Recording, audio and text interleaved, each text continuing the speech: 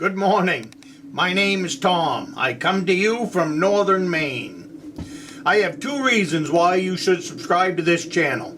The first one is you've already clicked on one of my thumbnails. So that means you have some interest in what this old boy's content is about. The second reason is this channel and its content is all about the great outdoors. Whether it be fishing, hunting, boating, hiking, map and compass. So subscribe to the channel if you'd like to, and let's get on to what today's topic is about. Well, good morning. My name is Tom. I come to you from the great North Woods of Maine. I'm sitting out here this morning at Herschel's tree stand. Now I just wanted to talk a few minutes on why I chose this site for this particular stand. Now, it took me 4 years to study this piece of ground. I don't believe that you can just go out and plop a tree stand anywhere and have success. You might get lucky and you might pull off a deer every now and then, but when I place a stand, I try to look for an area that I can take a deer every single year. And once you get that ball rolling, just keep it rolling. Now, it doesn't always work out that way, trust me. But I don't work with any gadgets or anything like that. The biggest gadget I have with me now is these video cameras. I am old school deer hunter, and what that means is I place my boots on the ground and I do a lot of scouting. Now, getting back to why this stand is here, and I'll show you the stand here in a minute. The reason that this stand is here and why I've studied this area, as you can see, there's nothing but woods around me.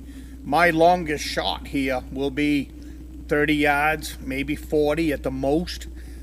With the 30-06, that'll be a pretty decent shot for that gun. But that's typical of my tree stands. I don't hunt fields. I think get out of the fields if you want to shoot some big bucks on a regular basis. But anyways, that's a whole nother subject. The feeding ground from here and the bedding ground from here is about 10 to 15 minute walk. Probably no more than that, 10 to 15 minutes. What's off to my east is a nice swamp. And I know that there's big bucks that hang out there. And what this trail is, that's coming up through here, this trail is coming from a series of trails. I have a feeding ground to my southwest, and then I've got the big swamp over here to the east. And this comes back in to some hardwoods and some mixed forest, as well as this trail will loop up around and come back into a big feeding field. There's a hay field, probably 3/4 of a mile from here. That is, it might not even be that far. It might only be about a half a mile. But they'll tend to feed over there at night, and then they'll come back down through these trails, and there's several trails here that meet here, and then they go out into the swamp, or they're coming back from their feeding ground off to my southwest. As an abandoned apple orchard over there from back in the 70s. So what this is this is just a runway. This single trail right here with 4 or 5 down in there that bring them all to here, and the same thing up there. 3 or 4 different directions that bring them all to this particular point. And that's what took me 3 to 4 years to figure out, is where is the common denominator of all of these trails. So that makes this trail right here the backdoor trail. And what makes this trail even a little bit more to figure out, a little bit easier to figure out, is this trail really becomes active once there is anywhere from 6 inches to a foot of snow on the ground. Right now I've got some deer tracks in here, but what the deer do is they move in from the back country when we get that foot of snow, and this is where they kind of yard up in the wintertime. And I'll show you that in some of my videos. This is a massive deer yard in northern Maine once there is snow on the ground. And that's what makes this trail so hot. Once there's snow, and that's why I call this my muzzle loading stand. Because by muzzle loading season, if I haven't got my deer already, this stand, we have a 5-day hunt up here for muzzle loading. This stand will be a perfect stand for muzzle loading with all them runs that come in here as well as behind me.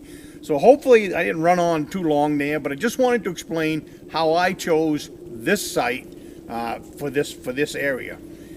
And the other reason is I work exclusively with wind. And down in front of me is a big body of water, oh, at least a mile away. But what that does is I get a lot of winds that come this way towards me.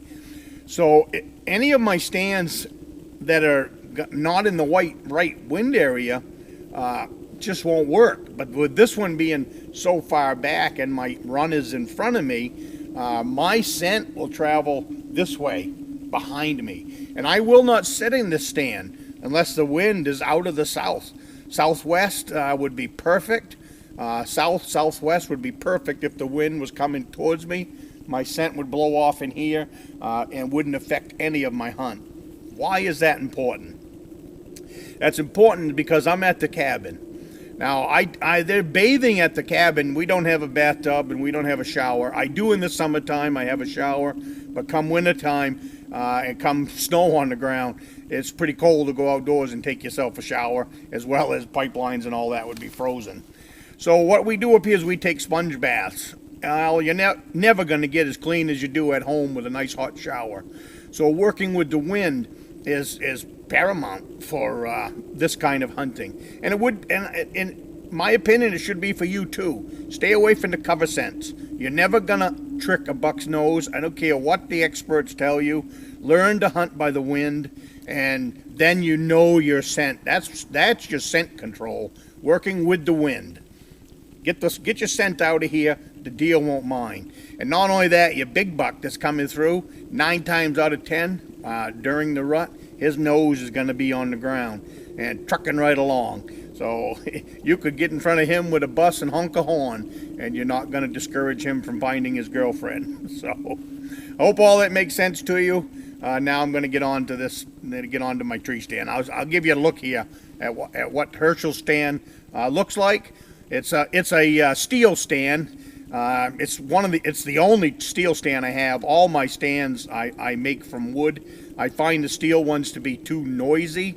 They are easier to put out, but they are very noisy to set in, and they're very cold. So I'm not a particular fan of store-bought stands. This is one I tried out I probably bought this one 8 or 9 years ago.